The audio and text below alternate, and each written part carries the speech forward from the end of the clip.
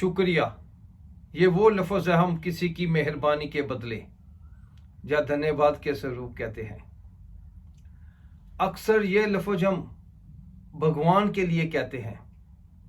जब हम कहते हैं हे भगवान तेरा बहुत शुक्रिया, तुमने हमें बहुत बड़ा घर दिया है, तुमने हमें बहुत बड़ी गाड़ी दी है, तेरा बहुत शुक्रिया, तुमने मेरा बिजनेस बहुत बड़ा कर दिया, तेरा बहुत शुक्रिया। इसके अलावा और भी बहुत सी चीज़ें हैं। क्या कभी आपने सोचा कि हमें वो भी धन्यवाद कहना चाहिए? जैसे हमारा परिवार जो हमारे सुख और दुख का एक हिस्सा है, हमें उनका भी धन्यवाद कहना चाहिए। हमारे मित्र जो कदम कदम पर हमारे साथ रहते हैं और हमें खुशियां देते हैं, हमें उनका भी धन्यवाद करते रहना चाहिए। इसके अलावा जब हम सुबह उठते हैं तो बाहर गली में या सड़क में देखते हैं तो हमारा मन बहुत प्रसन्न होता है, क्योंकि हमारी वो गली बिल्कुल साफ रहती है। हमें उस सफाई वाले का भी शुक्रिया करना चाहिए जो सुबह सुबह हमारी गली को साफ करता है।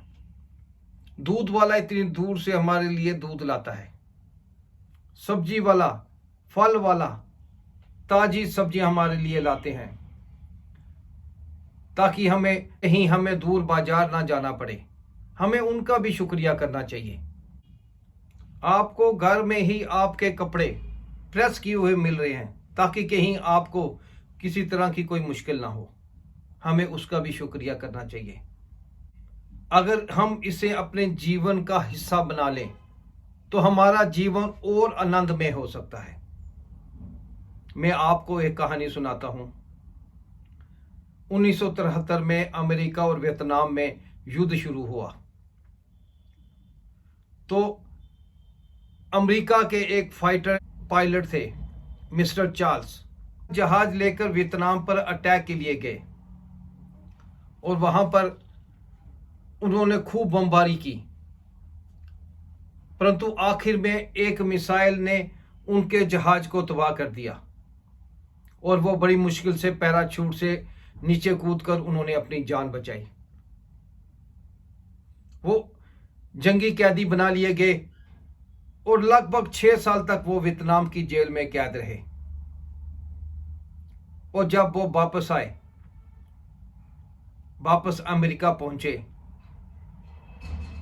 तो एक दिन वो अपने परिवार के साथ रेस्टोरेंट में खाना खा रहे थे तो मिस्टर चार्ल्स ने देखा कि एक आदमी उन्हें बड़ा देर से बार बार घूर रहा है। कुछ देर के बाद वो शख्स उनके पास आया और बोला, आप मिस्टर चार्ल्स ही हैं?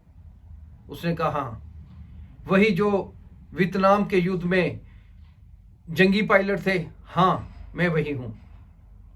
आप पैराशूट से कूदे थे? हाँ, मैं कूदा था। थोड़ा उनको भी गुस्सा आया और बोले, आप कौन हैं और इतना इंक्वायरी क्यों कर रहे हैं?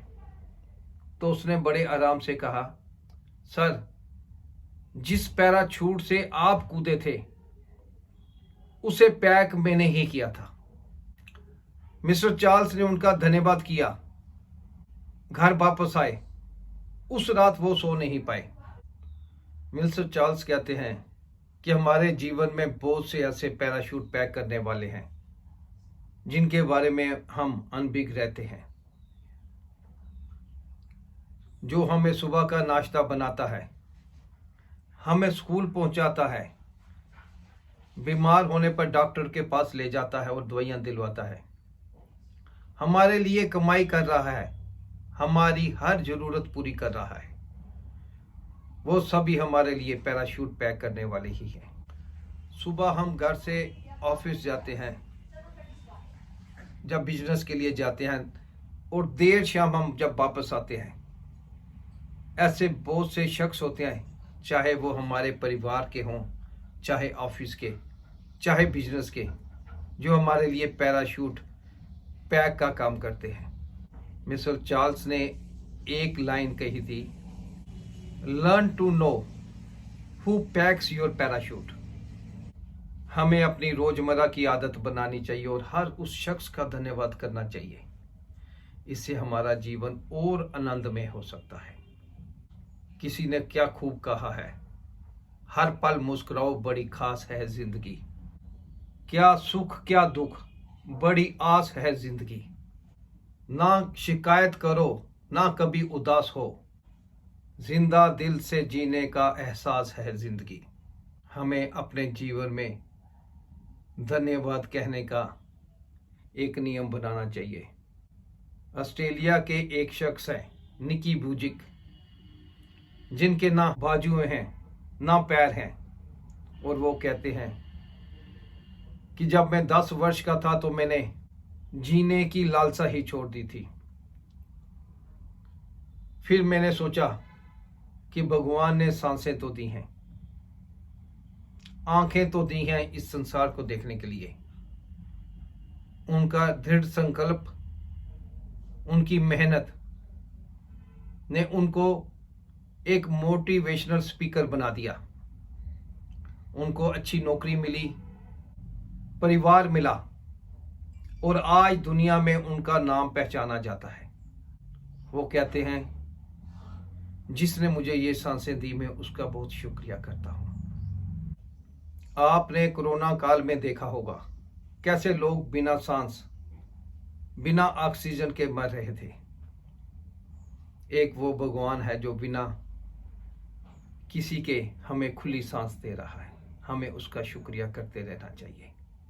किसी ने क्या खूब कहा है, अच्छे कर्म करो मगर जिक्र ना करो, रब का शुक्र करो और फिक्र ना करो।